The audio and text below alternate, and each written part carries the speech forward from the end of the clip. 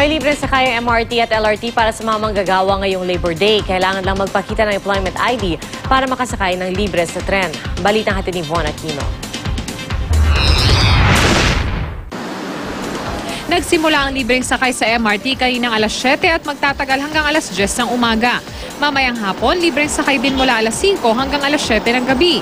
Sa LRT naman, libre ang sakay sa lines 1 at 2 mula alas 7 hanggang alas 9 ng umaga at alas 5 ng hapon hanggang alas 7 ng gabi. Kailangan lang magpakita ng ID ng isang pasahero para makasakay ng libre. Malaking bagay. Una, libre. Okay lang, mas cheaper para kami, tipid.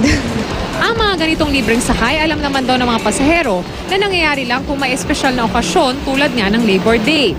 Kaya ang mas gusto daw sana nila, maginhawa at matiwasay na biyahe. Sana naman ayusin nila din yung nila kasi medyo hassle kapag halimbawa malilate na sa trabaho. Yung safety ng mga pasahero. Ayusin mabuti yung mga tren. Yung maintenance. Von Aquino, GMA News.